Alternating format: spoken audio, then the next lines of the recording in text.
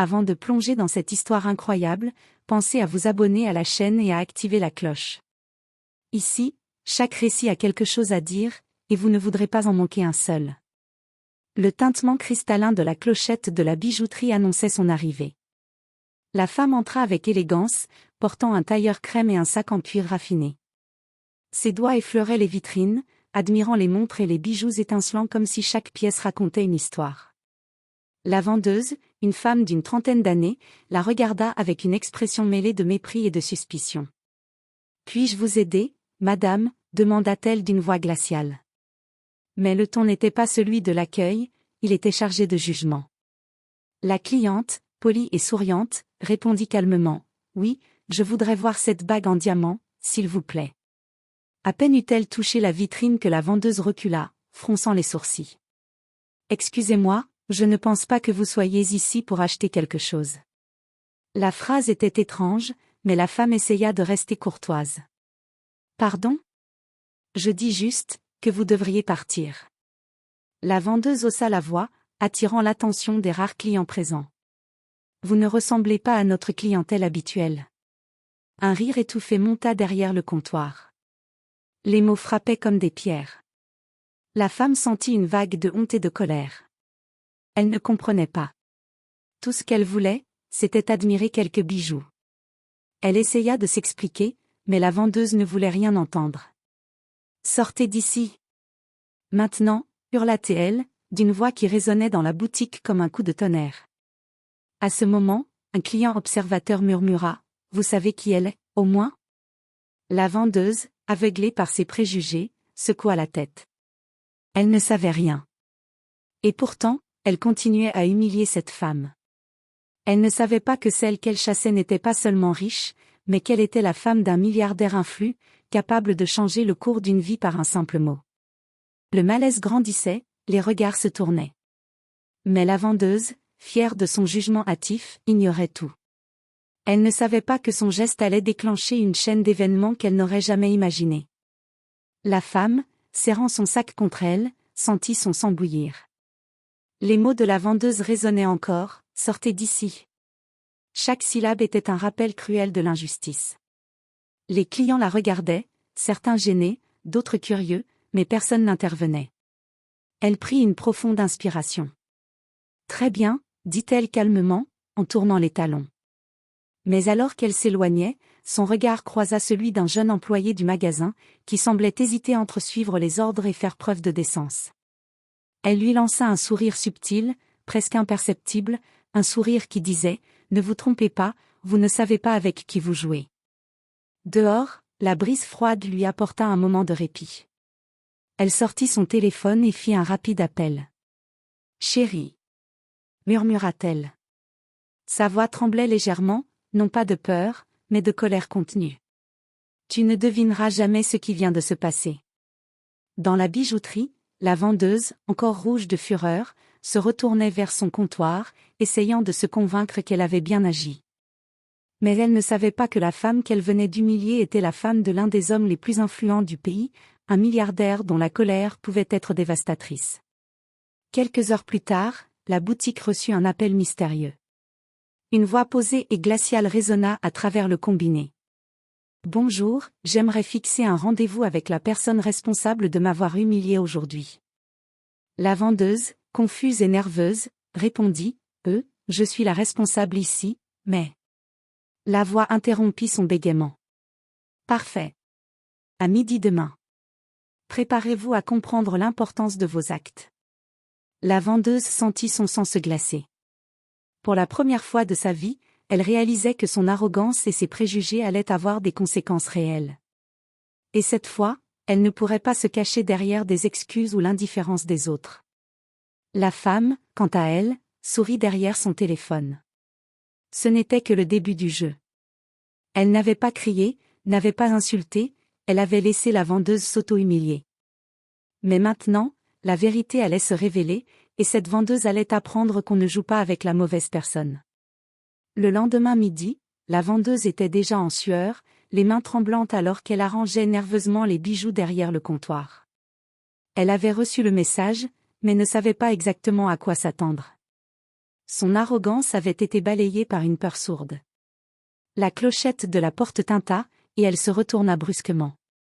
Là, debout dans l'encadrement, se tenait la femme qu'elle avait humiliée la veille. Mais cette fois, quelque chose dans son regard arrêta net la vendeuse, il n'y avait pas de colère hystérique, seulement un calme glacial et maîtrisé. « Bonjour, dit la femme d'une voix posée. J'espère que vous allez bien. » La vendeuse balbutia, incapable de trouver ses mots. Oui, comment ?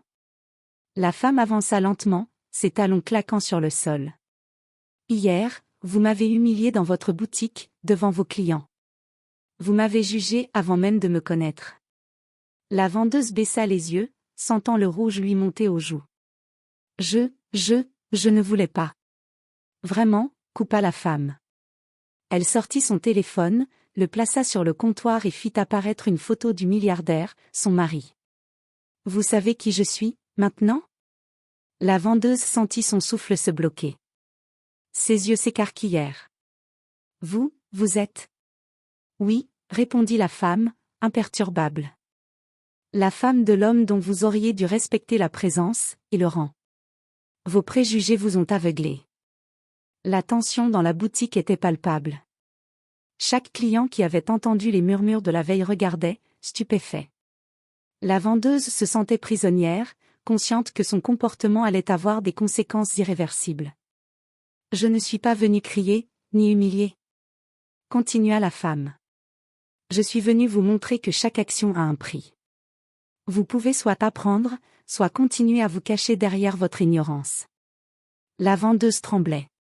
Ces mots, ces excuses, semblaient insignifiants face à la vérité et au calme implacable de cette femme. La leçon était claire, l'arrogance et le racisme ne restent jamais impunis. La femme fit un pas en arrière, comme pour conclure. Réfléchissez à cela. Et sachez qu'il y aura toujours quelqu'un pour vous rappeler vos erreurs. Puis, sans un mot de plus, elle quitta la boutique, laissant derrière elle un silence lourd et écrasant. La vendeuse s'effondra sur une chaise, le visage caché dans ses mains. Elle savait, au fond d'elle, que cette humiliation publique n'était rien comparée aux répercussions privées à venir. Quelques jours plus tard, la boutique était redevenue ordinaire, mais la vendeuse ne l'était plus. Chaque matin, elle revivait la scène dans sa tête, incapable de chasser l'humiliation qu'elle avait subie. Elle savait que la femme noire qu'elle avait chassée n'était pas simplement riche, elle était intouchable aux yeux de la société et de l'influence. Alors que la vendeuse arrangeait les bijoux, son téléphone vibra. Un message discret, mais net. Demain, à 15 heures, nous vous invitons à un événement exclusif. Tenue correcte exigée. L'équipe de Madame A. La vendeuse, curieuse mais nerveuse, se prépara le lendemain. L'événement se tenait dans un luxueux hôtel de la ville, un gala où se retrouvaient les élites financières et sociales. Elle ne savait pas ce qui l'attendait, mais son instinct lui criait que quelque chose d'important allait se passer. À son arrivée, elle fut accueillie par un hôte impeccablement habillé qui la guida vers la grande salle. Là, au centre, la femme qu'elle avait humiliée se tenait, rayonnante, entourée de personnalités influentes. La vendeuse sentit son cœur se serrer. « Bienvenue, » dit la femme, d'un sourire glacé. « Je suis ravie que vous ayez accepté mon invitation. » Avant que la vendeuse ne puisse répondre, la femme leva la main et désigna plusieurs invités. « Mesdames et messieurs, permettez-moi de vous présenter quelqu'un qui a besoin de réfléchir sur l'importance du respect et de la dignité. » La vendeuse se sentit soudain exposée, comme si un projecteur illuminait chacun de ses défauts et de ses erreurs. Les invités chuchotaient, certains souriaient, d'autres semblaient amusés par la situation. Chaque murmure faisait grimper sa honte à un niveau insupportable. La femme avança lentement, et sa voix résonna dans la salle. Nous devons tous apprendre à ne pas juger les autres par leur apparence, leur couleur de peau ou leur statut. Certaines leçons sont plus visibles que d'autres. À cet instant, la vendeuse comprit pleinement. Ce n'était pas une vengeance brutale, mais une leçon calculée, psychologiquement dévastatrice, devant un public qui pouvait témoigner de sa propre arrogance et de ses préjugés. Sans un mot de plus, la femme fit un signe discret à la vendeuse, comme pour lui indiquer qu'il était temps de partir. La vendeuse, la tête basse, quitta la salle, sachant qu'elle venait de subir l'une des humiliations les plus publiques de sa vie.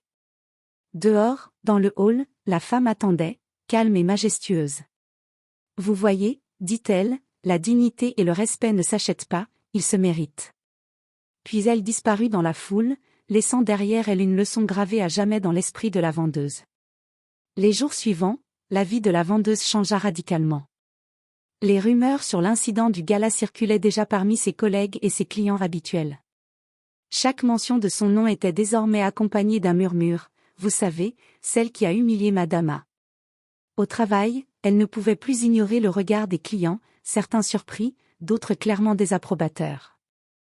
Même son patron, un homme d'affaires prudent et attentif aux relations publiques, commença à lui adresser des remarques sur son attitude et son comportement passé. La vendeuse comprit que sa réputation avait été irrémédiablement affectée, et que sa fierté avait été mise à nu devant des personnes influentes capables de la rappeler à l'ordre à tout moment. Un matin, alors qu'elle nettoyait les vitrines en silence, son téléphone vibra. Un message simple, mais puissant. La véritable richesse n'est pas dans ce que vous possédez, mais dans la manière dont vous traitez les autres. Madame A. Elle relut le message plusieurs fois, chaque mot la frappant comme un rappel brutal mais nécessaire. La colère, la honte et la peur se mêlaient dans un mélange intense d'émotions. Elle savait qu'elle devait changer, ou elle risquait de répéter les mêmes erreurs, encore et encore. Quelques semaines plus tard, la vendeuse se surprit à réfléchir avant de juger quelqu'un. Elle se montra plus attentive aux clients, plus respectueuse et consciente que chaque personne mérite d'être traitée avec dignité, indépendamment de son apparence ou de son statut social. Elle ne revit jamais Madame A en personne, mais la leçon resta gravée profondément. L'humiliation qu'elle avait infligée et la revanche subtile mais efficace qu'elle avait subie avaient transformé sa perception du monde. Elle avait appris, à la dure, que l'arrogance et le racisme sont toujours punis, et que la véritable puissance réside dans la dignité et le respect que l'on accorde aux autres. Et quelque part, dans l'ombre de sa mémoire, le sourire calme et majestueux de Madame A lui rappelait chaque jour, la justice peut être silencieuse, mais elle est implacable.